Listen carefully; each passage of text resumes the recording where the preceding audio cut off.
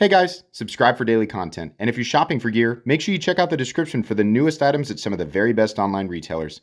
There's also links for some of the items that I personally recommend. Thanks!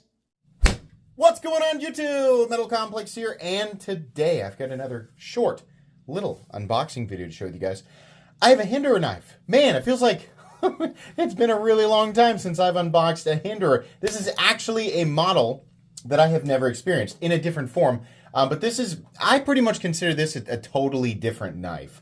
And it'll make sense here in just a second. Thank you so much to eKnives for loaning this knife to me. eKnives has been ridiculously helpful lately. I reached out to them a while back and I said, there's some models that I'd really like to get my hands on. I don't need to keep them. I just really want to review them. I want to have information on my channel about these knives. And they said, no problem. So I really appreciate eKnives helping me out so that I can share this information with you guys before you actually buy it. Thanks to my patrons for supporting me. This will be linked down in the description at eKnives. Make sure you check out eKnives. Like while you're there, like look around. It's honestly, it's one of the best online retailers for knives in general. Let's see. What do we have here? We have the Eklipse 3.5-inch S45N automatic spear point. Part of the reason I wanted to check this out, because I know people are like, what's there to say? It's an automatic version of the Eklipse. Number one, I think that's really cool. Number two, more than one person has told me that the Eklipse Auto is more powerful than the XM18 Auto, which I have right here because I own the XM18 Auto. So let's go ahead and get this guy out. Number one, if you did not know, I am a huge fan of Hinderer knives. Absolutely massive fan. I have personally purchased, owned, I mean, a lot of these have, you know, been sold and traded or whatever, over 35 individual knives from Hinderer. I absolutely love them. As far as the super high-end, nearly mid-tech American production knives go, we are way, way ahead of Benchmade, Spyderco, ZT, way ahead. And the quality is just outstanding. I think 99% all made in-house, including the hardware, hand-tuned, hand-assembled. You're going to pay for that. It's a lot different than, you know, how Spyderco produces their knives or how Kershaw produces their knives here in the USA. But just really, really nice. Love the texturing. Huge fan of Hinderer's stonewashing and their texturing there. Very cool. I think the way that they do this on the autos is awesome. I really wish that they would make standalone manual titanium scales that have this sort of perimeter milling. I think that looks really good. Standoffs, typical Hinderer pocket clip, which does rest on the texturing, but Hinderer's texturing is not aggressive at all. So let's go ahead and fire this guy. Okay, it's definitely a little more powerful than I thought it was going to be. I thought, you know, I bet people are just kind of making this up in their head. But I need to fire these two back to back. So this is my XM18 3.5-inch automatic. So I'm going to fire this one real quick. Hold on. Wow, man, the spring. Yeah, no, they're 100% right. I really thought you guys are full of it. I was like, why would they make the Eklipse more powerful than the XM? Maybe they hold on. So this is fine. It's nowhere near the most powerful side opening auto I've got, but it fires harder than the Defiant 7 Eagle, for example, or I think it fires harder than most of the Kershaw Launch Series knives, right? Maybe not the Launch 16. But this guy, I mean, yeah, you can see it. You can absolutely see it. I'm also noticing, is this in my head? Yeah, it's in my head. One of them seems to have a slightly different, like this has more of a yellowy silver, and this is more of a silver.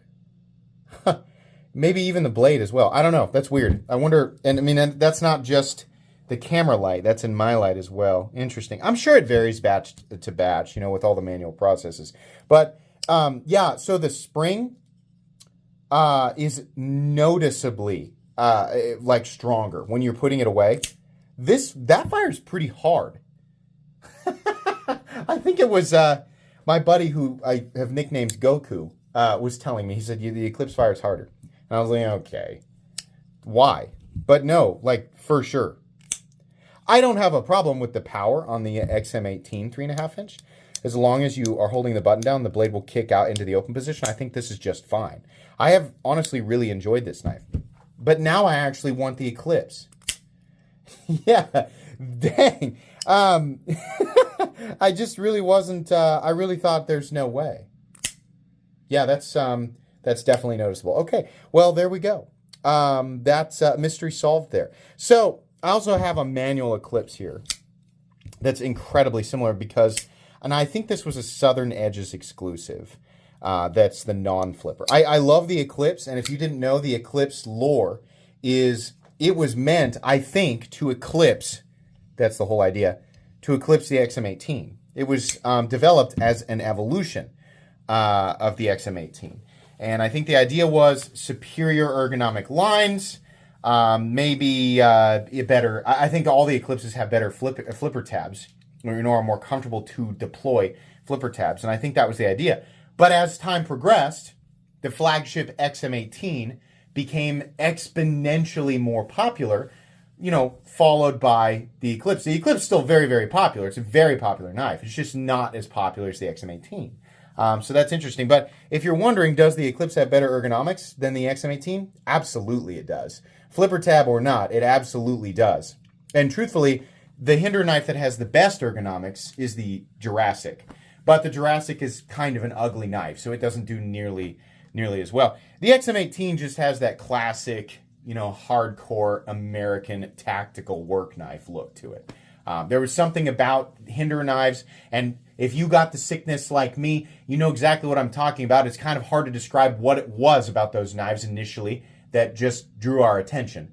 The Hinderer knives, the original XM18 3.5 inch, for some reason created an absolute storm of interest with people like me, and we all just sort of collected these things. So there's lots of different Hinderer knives and Hinderer models that I love. In fact, I think I've got a playlist for Hinderer knives.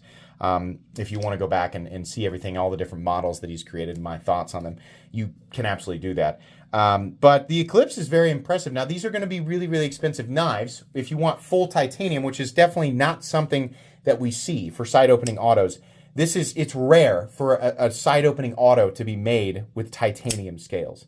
But again, hand-tuned, hand-assembled, all machined here in the USA, even making the hardware and things like that. I think it's just the bearings that are outsourced. But in this case, it doesn't run on bearings. I would imagine there's little washers in there. Maybe something I can do for the video. But yeah, I think you're paying like $625 to $650. Now, if that's going to make a lot of people cringe. Like if you're a fan of Hinderer knives and have been for a while, then that's not news, right? A full tie XM has always gone for that much, and more if it's a 24. In fact, even 10, 15 years ago, it went for that. But if you like the idea of the auto, I know that Hinderer does periodically make these aluminum autos for about half of that. I think they're $300 to $350, something like that. So that's kind of cool, but I've never handled one of those. The Eklipse definitely, this Eklipse is definitely a very, very impressive knife. Factory edge, people report differently on factory edges.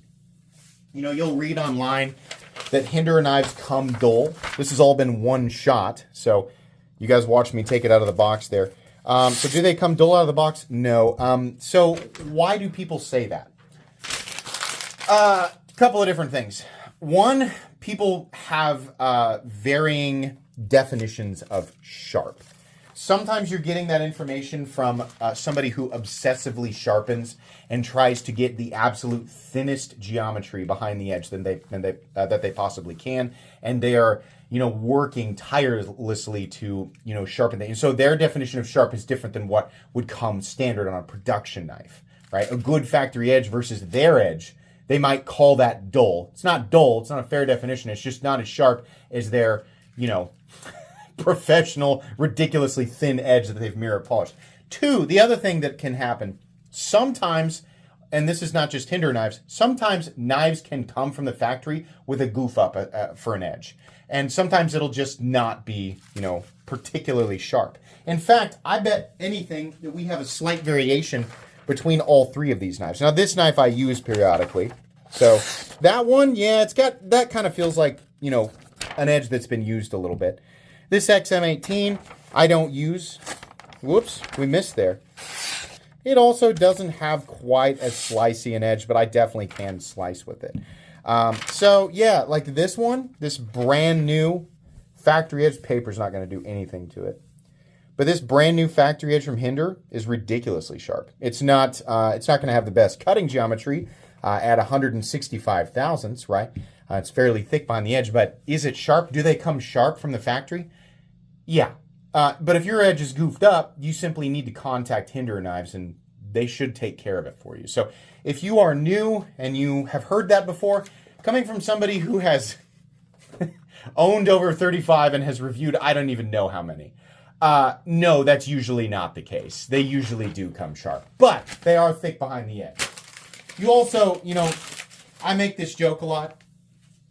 If you see somebody doing this, like you just watched this one slide, you see somebody on YouTube being like, "Dick, it just got, the edge is so dull. I can't even know, I won't cut."